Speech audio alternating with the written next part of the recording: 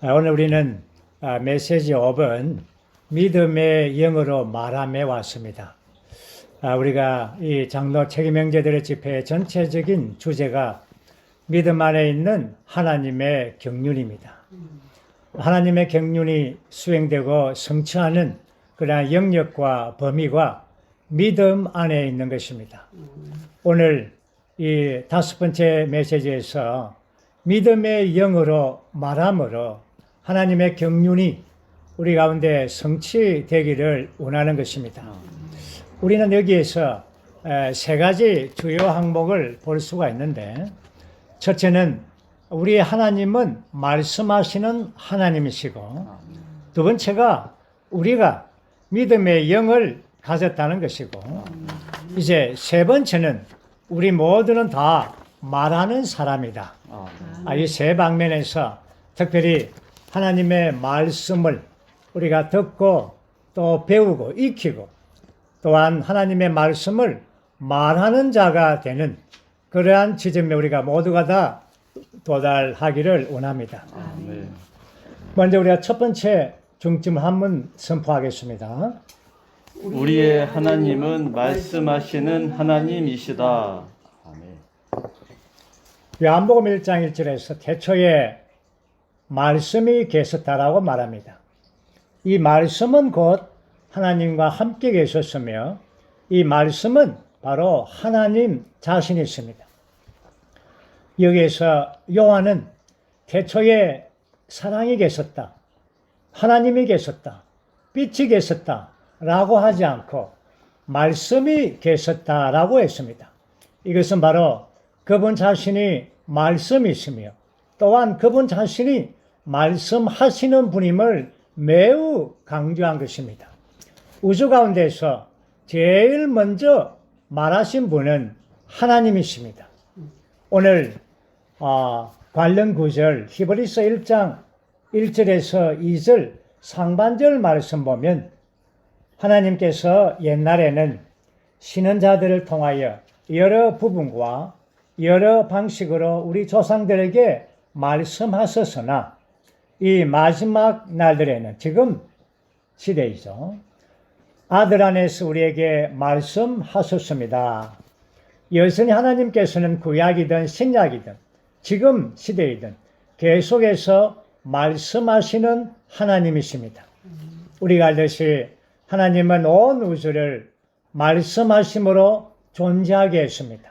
말씀으로 온 우주를 창조하셨을 뿐 아니라 지금 또한 그분은 아들 안에서 아들의 말씀을 통하여 온 우주를 지금 붙들고 계십니다.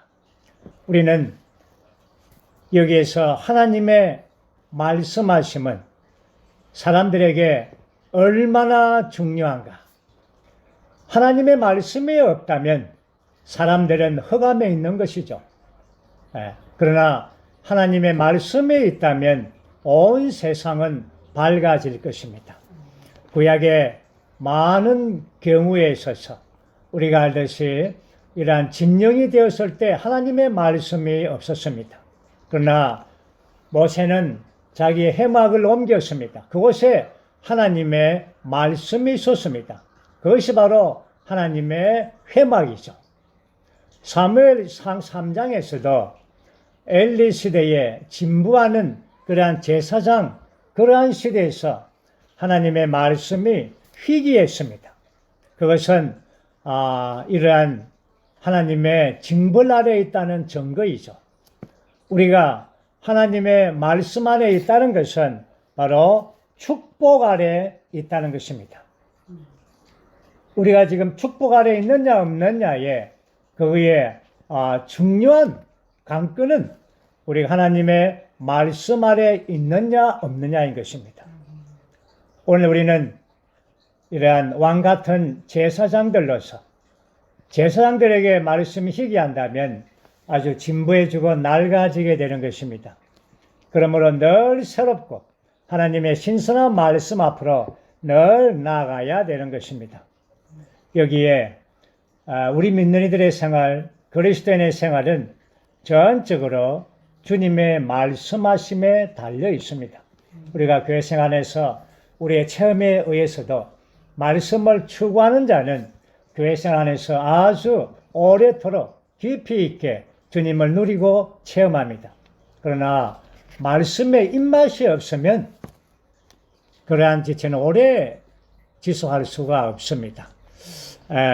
우리가 잘 알듯이 마태복음 4장 4절에서도 주님께서 사람이 떡으로만 살 것이 아니요 하나님 입에서 나오는 모든 것, 즉 하나님의 말씀으로 살아간다라고 말합니다. 특별히 마태복음 17장에서 주님은 변행산에서 변행되실 때에 거기에서 하나님 하늘의 음성이 있었죠. 주 예수님을 향하여 그는 나의 사랑하는 아들이요 나를 기쁘게 하는 아들이니 너희는 그의 말을 들으라. 그의 말을 들으라. 아들의 말씀하심이죠. 이것이 바로 하나님의 신약 경륜의 중심입니다. 오늘 그리스도의 말씀이 우리가 듣는다면 우리는 하나님의 신약 경륜의 중심과 내용과 전부이신 그리스도 안에 있게 되는 것입니다. 우리가 신약에서 주님 말씀에 귀를 기울인 마리아를 봅니다. 얼마나 귀한 것입니까? 주님은 마리아를 칭찬했습니다. 예수님의 발 앞에 앉아서 그분의 말씀을 찬찬히 듣고 새겼습니다. 그 다음에 이제 두 번째 보는 것은 이러한 하나님의 말씀이 우리에게 전해질 때 우리는 하나님의 말씀을 들을 뿐 아니라 그 말씀 안에 그분 자신을 분배하고 주입하십니다. 하나님의 말씀을 들을 때마다 그 말씀 안에는 거기에 분배와 주입을 통하여 말씀 안에는 크게 세 가지 요소를 가지고 있습니다. 첫째는 빛이요, 두 번째는 생명이요, 세 번째는 능력입니다. 말씀의 빛이 비추어질 때에 우리는 그 빛에 따라서 그 말씀을 이해할 수 있고 이상을 볼 수 있고 또한 지식과 지혜와 구변을 갖게 되는 것입니다. 우리에게는 이러한 말씀이 올 때에 말씀의 빛이 우리 안에 비추어져야만이 우리는 이러한 말씀에 대한 이해력을 갖게 되고 누림을 갖게 되는 것입니다. 시편 119편에 있는 말씀에 보면 주의 말씀은 제 발의 등불입니다. 제 길의 빛입니다. 우리가 빛의 자녀로서 살 수 있는 길은 바로 하나님의 말씀이 우리 안에 빛으로 비출 때에 우리는 빛의 발광체가 될 수 있으며 빛의 자녀들로서 이 땅에서 살아갈 수가 있는 것입니다. 그리고 말씀이 올 때 우리는 생명을 받습니다. 우리에게는 거룩함과 겸손함과 인자함과 인내함과 이러한 많은 미덕들이 사실 없습니다. 그러나 하나님의 말씀을 들을 때 그 말씀은 생명 안에, 그 생명 안에 신성한 속성들이 우리 인간의 미덕들을 포함한 것들이 포함되어 있습니다. 그래서 거룩함과 사랑과 겸손과 인자와 이 모든 미덕들은 바로 말씀 안에 있는 생명을 통하여 우리에게 분배할 수가 있는 것입니다. 누가 내가 남편에게 복종하겠습니까? 스스로 할 수가 없습니다. 그러나 말씀 안에 있는 생명의 요소가 남편에게 복종하며 또한 아내를 사랑하게 할 수가 있는 것입니다. 이것이 바로 생명 안에 있는 그 인성의 모든 미덕들, 이러한 미덕들이 우리 사람의 아름다움을 나타내는 것입니다. 그러므로 자매님들, 누가 가장 아름다운 사람입니까? 말씀 안에 있는 생명의 모든 요소를 받음으로 이러한 인간의 미덕들이 나타나고 표현되는 사람만이 가장 아름다운 사람입니다. 그러므로 우리는 교회 안의 모든 지체들은 다 아름다운 사람인 것을 아시기를 바랍니다. 그 다음에 그 다음 중점에 우리 세 번째 보는 중점은 바로 하나님의 창조입니다. 하나님께서 사람을 창조하실 때, 아니죠. 그 세 번째는 능력이죠. 하나님의 말씀 안에 있는 한 방면에서는 능력이 있습니다. 이러한 능력은 이 버섯과 같은 하룻밤에 자라는 능력이 아니죠.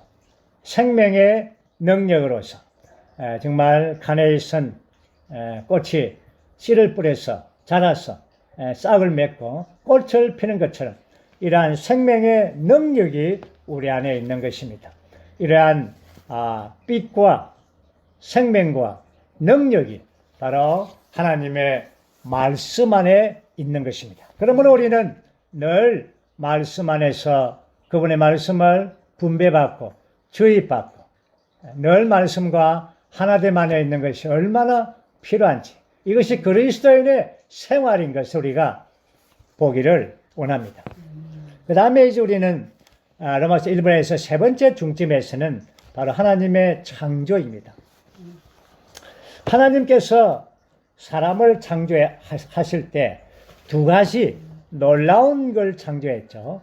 사람의 영과 사람이 말할 수 있는 능력입니다. 왜냐하면 하나님은 말씀하시는 분이시기 때문에 하나님의 형상과 모양대로 사람을 창조할 때 이것은 바로 하나님 그분과 똑같이 말할 수 있는 능력을 가진 사람으로 창조한 것입니다. 그러므로 사람은 하나님의 형상과 모양을 통하여 창조되어서 어떻게 하나님이 표현됩니까? 말함으로 표현됩니다. 어떻게 하나님을 대표합니까? 말함으로 하나님을 대표하는 것입니다. 우리가 말하지 않는다면 우리는 하나님을 표현하고 하나님을 대표할 수가 없는 것입니다. 우리 사람은 하나님께서 영을 창조하셨죠. 그리고 사람 안에 있는 마음이 있고 또 하나님께서 우리의 입을 창조하셨죠. 영과 마음과 입을 통하여 흘러나오는 바로 하나님의 말씀을 말해낼 때 그분 자신을 표현하고 그분 자신을 나타내고 대표하는 것입니다. 아주 정말 사람의 창조는 놀라운 것입니다. 물론 이것은 사람 자신의 말을 하는 것이 아니죠. 하나님 그분 자신의 말을, 그분의 말씀을 우리가 말해내는 자라는 것입니다. 우주 가운데 가장 놀라운 존재 아닙니까? 이제 우리는 어떻게 우리가 하나님 말씀을 말해야 하는가? 로마자 2번입니다. 우리 함께 선포해 보죠. 성경에 나는 믿었기에 말하였다네 라고 기록된 것과 같이 우리도 동일한 믿음의 영을 가졌으므로 우리 역시 믿고 말합니다. 우리에게는 믿음의 영을 가졌습니다. 이 믿음의 영이라는 단어는 고린도서 4장 13절에 표현된 한 번 사용된 매우 특별한 표현입니다. 사람에게는 하나님이 창조할 때 믿음의 요소가 없었습니다. 그렇지만 믿음의 창시자이고 완성자이신 우리가 주님을 주목함으로 우리에게는 믿음의 요소가 우리 안에 들어왔습니다. 믿음이 사람 안으로 들어온 것은 가장 경이로운 기적입니다. 우주 가운데서 가장 최고의 기적이 있다면 바로 믿음의 창시자이신 그리스도가 우리 안에 들어오셔서 우리의 믿음이 되신 것입니다. 그러므로 우리는 이 믿음을 통하여 우리는 믿음의 영 안에서 이러한 하나님의 말씀을 담대하게 선언하고 선포할 수가 있는 것입니다. 우리 여기서 믿음의 영이라고 할 때 이것은 하나님의 영과 그 영과 우리 사람의 영이 연합된 영을 말하고 있습니다. 믿음의 영이라는 단어는 믿음이 곧 영이라는 것입니다. 하나님의 사랑이라 할 때 하나님은 사랑이시라는 것이죠. 동격입니다. 다시 말해서 믿음은 영에 속했다는 것입니다. 그리고 믿음의 이러한 영은 바로 우리 안에 있는 믿음인 것입니다. 그러므로 우리의 믿음은 연합된 영인 것입니다. 왜냐하면 우리의 믿음은 우리의 영 안에 있는 것입니다. 우리의 생각 안에서는 믿음이 없습니다. 믿음의 영이 없습니다. 우리는 생각 안에서 많은 다른 이 부패한 것들을 생각해냅니다. 그러나 믿음 안에, 우리의 영 안에서, 믿음의 영 안에서 하나님의 속한 것, 그분이 이루신 것, 획득하신 것, 모든 것을 우리가 믿음의 영 안에서 말해낼 때 이것이 바로 실제가 되는 것입니다. 그러므로 우리는 우리의 생각 안에는 항상 의문과 의심들이 많습니다. 그러나 믿음의 영 안에 있을 때 우리는 다만 하나님의 말씀에 아멘 하는 것입니다. 우리는 믿음의 영을 이렇게 언급한 고린도서 4장 13절 말씀에 보면 그 10절, 11절, 12절 이 세 구절은 바로 바울의 체험을 말하고 있습니다. 바울의 이러한 십자가와 죽음과 부활의 체험, 이 체험의 바로 그는 믿음의 영 안에서 했다는 것을 보여주고 있습니다. 4장 10절에서는 사도 바울은 예수님을 죽게 한 것을 우리 몸에 지니고 다니는 것이 예수님의 생명도 우리 몸에서 나타나게 하려는 것임을 증언했습니다. 어떻게 증언했습니까? 믿음의 영으로서. 11절 말씀에도 여전히 우리가 항상 예수님을 위하여 죽음에 넘겨짐으로써 예수님의 부활 생명이 우리의 죽을 육체에 나타나게 한다고 말했습니다. 어떻게 했습니까? 믿음의 영으로. 그리고 12절에서도 바울은 또한 죽음이 우리 안에서 활동하는 것은 예수님의 부활 생명이 다른 이들에게 분배되기 위한 것이라고 선포했습니다. 믿음의 영으로 담대하게 선포한 것입니다. 바울의 이러한 믿음의 영에 대한 체험을 나타내고 있는 것입니다. 우리 모두도 이러한 바울의 믿음의 영을 배우고 또한 믿음의 영이 우리 안에, 바울 안에 있던 그 믿음의 영이 우리 안에도 있습니다. 그러므로 우리도 믿음의 영 안에서 말하는 것을 배우기를 원합니다. 성경의 모든 말씀들은 어쩌면 다 과거 완료형으로 이루어진 것들이 많습니다. 그럴 때 우리는 믿음의 영을 사용해서 우리가 그것을 선포할 수가 있습니다. 예를 든다면 우리는 그리스도 안에 있고 그리스도께서 우리 안에 계시며 우리와 그리스도가 하나입니다. 라는 말씀이 있을 때 우리는 아멘, 그렇습니다. 저는 그리스도 안에 있습니다. 그리스도 내 안에 있습니다. 그리스도와 나는 하나입니다. 이렇게 선언하는 것입니다.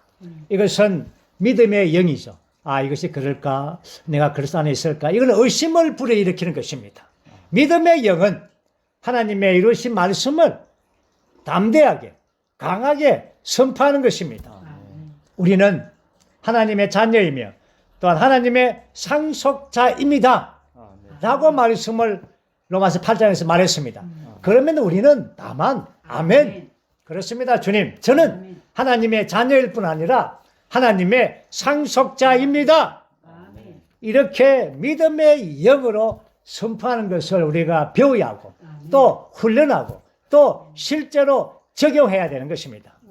그것뿐 아니라 사탄에 대해서도 우리는 주 예수님이 이 땅에 나타나신 목적은 마귀의 모든 일들을 제거하기 위한 것입니다. 아멘. 그렇습니다. 주님은 다 사탄의 모든 마귀를 제거했습니다. 그리고 그분은 십자가에서 죽음을 통하여 죽음의 세력을 가진 자 마귀를 멸망시켰습니다. 아멘. 지금 사탄은 끝났습니다. 이것이 믿음의 영을 사용하는 것입니다. 그리고 주님께서 부활하실 때 사탄을 부끄럽게 하고 모든 죽음을 초월해서 이제 부활과 성천 안에서 그분은 사탄의 권세를 초월하여 계십니다. 그리고 에베소서 2장에서는 우리도 함께 그분과 함께 하늘에 앉혀 섰습니다. 아멘. 주님, 저는 지금 그리스도와 함께 보좌에 앉아 있습니다. 아멘. 이렇게 선포하는 것입니다. 이것은 믿음의 영인 것입니다. 장차 내가 그날 되면은 주님과 함께 설 것입니다. 이건 장래 소망인 것입니다. 그러나 믿음은 현재 주님의 이루신 사실을 우리에게 적용하고 우리의 것으로 받아들이는 것입니다. 아멘.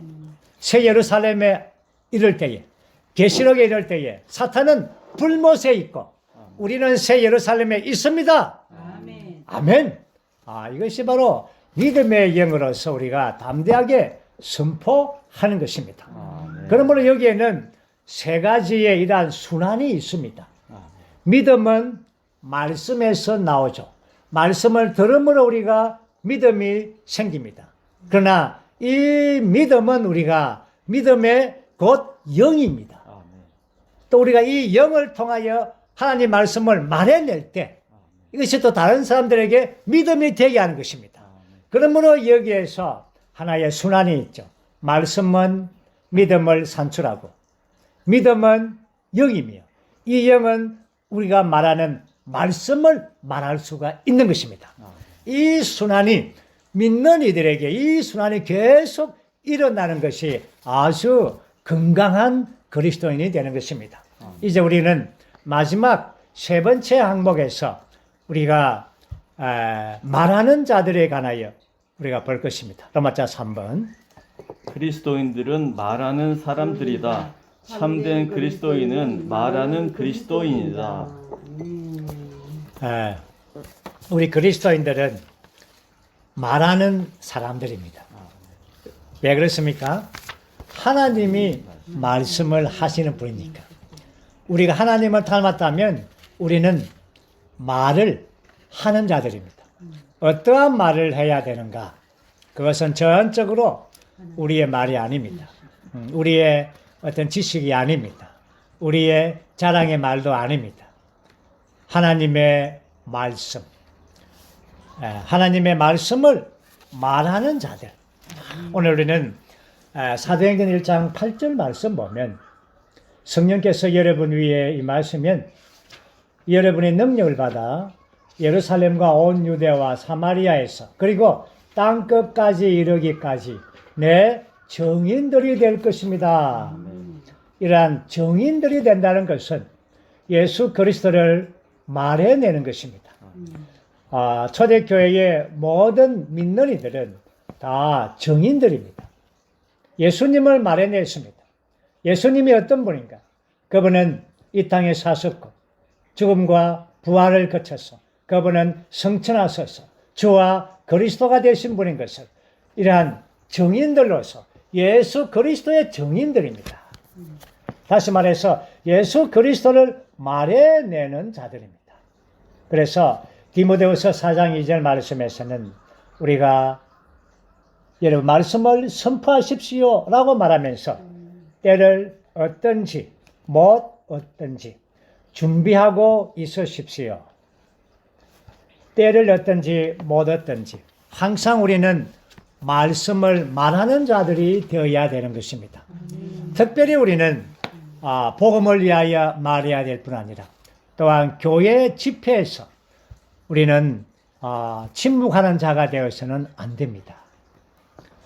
우상은 말 못하는 우상입니다. 그러나 우리 하나님은 계속해서 말씀하시는 분이고 또한 하나님의 자녀들은 말씀하는 자들인 것입니다. 우리가 교회 집회로 모일 때에 모든 지체들이 다 한 사람씩 한 사람씩 말씀을 선포하고 찬송을 선포하고 함께 기도하고 또한 교통하고 이렇게 다 말하는 것입니다.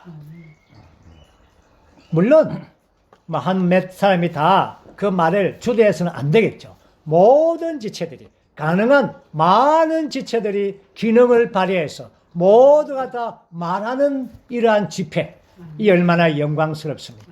하나님께서 우리의 집회 가운데서 모든 지체들이 정말 말하는 집회를 볼 때 가장 하나님은 영광을 얻으시고 사탄에게는 큰 수치를 당하게 하는 것입니다. 아멘. 어떻게 우리가 이것이 가능합니까? 이것은 바로 바울 형제님이 우리에게 말했습니다. 우리는 한 영 안에서 한 몸 안으로 침례를 받았고 또 모두 한 영을 마시게 되었습니다.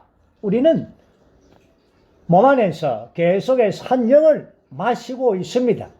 그리고 에베소서 5장 18절에서는 시와 찬송과 영적인 노래를 서로 화답하고 여러분의 마음으로 주님께 노래하고 함께 시를 읊고 또한 골로새서 3장 16절에서는 그리스도의 말씀이 여러분 안에 충만히 거하게 하고 그러므로 우리는 말씀이 우리 안에 충만히 거하고 그 영이 우리에게 충만히 거할 때 우리 안에서 저절로 하나님의 말씀이 우리를 통하여 흘러나오게 하는 것입니다. 이것이 그리스도인의 참다운 정상적인 그리스도인의 생활인 것입니다. 이제 저는 이 메시지가 리키 라코스트 형제님께서 말씀을 해방하셨는데 이 메시지를 이제 마치면서 우리에게 말함에 있어서 진보하기 위한 말함을 발전하기 위한 12가지 요점을 말씀해 주었습니다. 물론 이것은 사역의 말씀에서 발췌한 내용들입니다. 오늘 12가지 이러한 요점들을 우리가 이 항목들을 잘 기억하시고 우리가 교회 안에서 정말 말하는 데 있어서 더 진보하고 더 전진하기를 원합니다. 첫 번째 항목은 먼저는 훈련하는 것입니다. 누가 처음부터 말을 그렇게 유창하게 잘하는 사람은 없습니다. 이러한 하나님을 위해서 말하는 것은 더더욱 우리에게는 훈련이 필요합니다. 정말 이걸 말할 때 이행제님의 간증을 이렇게 말했습니다. 이행제님의 간증을 잠깐 소개하면 나의 젊은 시절부터 내가 구원받은 후로 나는 그리스도인으로서 내가 주님을 위해 증언하고 말을 하기 위해 입을 열어야 함을 알았다. 그러나 나는 말하는 것에 익숙하지 않았다. 내가 말할 때마다 나는 얼굴이 붉어졌다. 이것 때문에 나는 스스로 훈련할 것을 결심하였다. 나는 어느 날 바닷가에 나가 파도에게 말하였다. 나는 여러분 모두가 동일한 방식으로 훈련하기를 소망한다. 이영재님은 이영재님도 처음에는 말을 잘하시는 분이 아닙니다. 그렇지만 계속해서 이 말하는 것을 훈련했다고 했습니다. 저도 정말 그러한 체험이 있습니다. 저도 젊을 때 저는 말더듬이였습니다. 대중 앞에서 말을 못하는 자입니다. 그렇지만 계속해서 이러한 말하는 것을 저도 많이 훈련했습니다. 점차적으로 말더듬이가 점차적으로 이제 배워갔습니다. 극복을 해냈습니다. 그리고는 제가 회복될 때에 한영재님이 계속해서 이 신원 훈련을 집중적으로 시켰습니다. 매주의 토요일은 아예 오후의 시간에는 신원 훈련 시간입니다. 3분 신원 노트를 써서 그것을 보지 않고 말할 때까지 계속해서 거울을 보고 외치고 서로 외치고 말하고 그래서 통과되어야 집에 갔습니다. 그렇게 제가 훈련을 받은 체험이 있습니다. 그래서 주일이 되면 저는 제일 먼저 1번 신원했습니다. 왜냐하면 계속 훈련을 해왔기 때문에. 그러나 저는 할 때마다 늘 책망을 받았죠. 두 번째는 담대함입니다.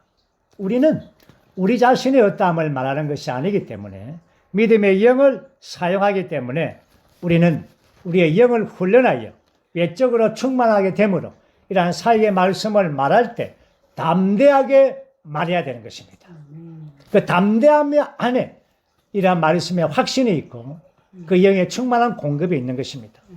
세 번째는 죄들의 처리입니다. 죄들의 처리가 안 되면 우리의 말에 힘이 없습니다.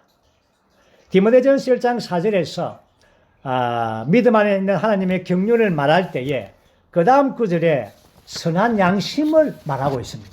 왜냐하면 선한 양심은 바로 죄들을 처리하는 것이죠. 믿음 안에 있는 하나님의 경륜을 말할 수 있는 것은 바로 이러한 양심에 있는 이러한 죄들을 처리하는 것입니다. 네 번째는 주님을 위해 말하도록 예비되고 장비되는 것입니다. 이 장비되는 것은 굉장히 중요한 것입니다. 우리가 뭘 말할 것인가? 장비되지 않는다면 정말 자기 나름대로 말해버리죠. 그래서 우리는 라이프 스타디와 또 회복력 성경과 영적인 단어들, 그다음 문장들, 이러한 말씀들, 이러한 말씀들을 잘 우리가 장비되는 것이 필요합니다. 다섯 번째는 정확함입니다. 말씀에 대해서 우리가 말씀의 사실은 정말 정확한 것을 우리가 배워야 됩니다. 제가 어릴 때 그때는 저희 학교죠. 저희 학교 선생님이 선악지식나무를 무화과나무라고 했습니다. 무화과나무를 먹었다. 옛날에 무화과나무를 먹었다고 싶은데 또 어떤 때는 또 뭐 사과나무를 먹었다는데 사실은 선악지식나무였죠. 이런 말씀의 이 사실들 정확도 아주 이것은 아주 필요한 것입니다. 예수님이 태어날 때에 동방에 있는 박사들이 몇 명 갔습니까? 2명 이상. 그 다들 3명 같다고 생각합니다. 성경을 잘 보면은 무리가 갔습니다. 다수가 몇 명이 없습니다. 예물은 3가지지만 사람은 무리가 간 겁니다. 그러니까 이 정확도가 없으니까 동방 박사 세상 같다. 말씀에 대한 첫 번째 원칙은 정확도입니다. 그 다음에 여섯 번째는 우리의 체험입니다. 우리의 체험이 없다면 우리는 공허한 말을 하게 되는 것입니다. 우리가 체험이 있으면 우리의 말함이 신선함이 아주 많게 되는 것입니다. 일곱 번째는 우리의 영입니다. 항상 우리가 말할 때 우리의 영에서 하나님의 말씀을 밀어내야 됩니다. 하나님의 말씀을 우리가 뭐 대화하는지 이렇게 하면 안 됩니다. 영으로 밀어내는 것입니다. 그럴 때에 우리의 영이 밀어낸 하나님의 말씀이 바로 다른 사람들에게는 영과 생명으로 공급되는 것입니다. 그 다음에 여덟 번째는 의조입니다. 의조, 톤이죠. 우리의 톤. 우리가 이 신언하는 것은, 말하는 것은 다른 지체들을 위하여 하는 것입니다. 자기만을 위하는 것이 아닙니다. 그래서 대화하듯이 뭐 속삭이듯이 하면 안 됩니다. 또 뭐 웅변주로 막 여러 번 하고 뭐 이렇게 해서도 안 됩니다. 물론 우리가 이 의조는 상대방이 듣기 아주 편안하고 또 이렇게 잘 들을 수 있도록 아주 그렇게 우리의 보통의 대화 의조보다는 약간 높은 톤이면 좋죠. 왜냐하면 다른 사람들에게 전달되기 때문에 그렇습니다. 아홉 번째는 성격입니다. 우리가 집회 가운데서 합당하게 말한다는 것은 그 사람의 합당한 성격이 뒷받침해 줍니다. 성격이 뒷받침이 안 되면 합당한 말이 안 나옵니다. 합당한 말씀을 말할 수가 없습니다. 그 다음에 열 번째는 우리의 기질을 맞서야 됩니다. 우리는 다 말하기를 싫어합니다. 종교인들처럼 그냥 가만히 있는 걸 좋아합니다. 어떤 지체들은 집회에 와서 마칠 때까지 한마디도 안 하고 가는 사람들이 있습니다. 굉장히 위험한 것입니다. 정말 위험한 것입니다. 우리는 말해야 됩니다. 우리의 기질, 이것을 맞서는 것입니다. 우리의 기질을 십자가에 보내는 것입니다. 그래서 우리는 담대하게 하나님의 말씀을 말하는데 겁내지 말고 주저하지 말고 담대하게 우리는 우리의 기질을 십자가에 넘기면서 말해야 됩니다. 11번째는 우리의 말함에 대한 중점입니다. 이게 매우 중요하죠. 우리가 뭘 말할 것인가? 이것은 바로 그리스도와 교회가 우리의 말함의 중심이 되어야 되는 것입니다. 하나님의 신약 경륜의 모든 내용들, 이러한 건강한 가르침들, 이러한 사역의 말씀들, 이러한 말씀들을 우리가 말해내는 자들. 그 다음에 이제 마지막 항목입니다. 마지막 12번째는 바로 주님께 열린 마음입니다. 우리가 우리의 마음이 그분을 추구하고 그분께 열려 있지 않다면 우리가 말할 부담도 없고 어떻게 말해야 될지 모릅니다. 그러나 우리가 주님께 열려 있고 정말 합당하게 우리가 주님께 열린 마음으로 추구한다면 주님이 우리에게 말씀을 주십니다. 어떻게 말할지 그분 우리 안에서 가르쳐 주십니다. 이렇게 해서 우리는 12항목을 보았습니다.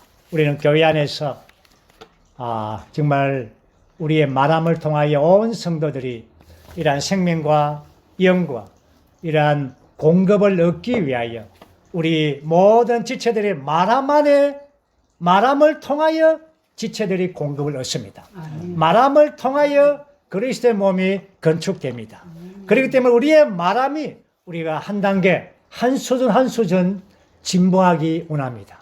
12이 요점들 다시 한 번 더 여러분들의 모두 마음 안에서 새기고 또 기도로 말씀을 12 요점을 먹으시기 바랍니다. 그래서 우리가 말씀 안에 있어서 진보하는 자로 발견되기를 원합니다. 주님을 찬양합니다.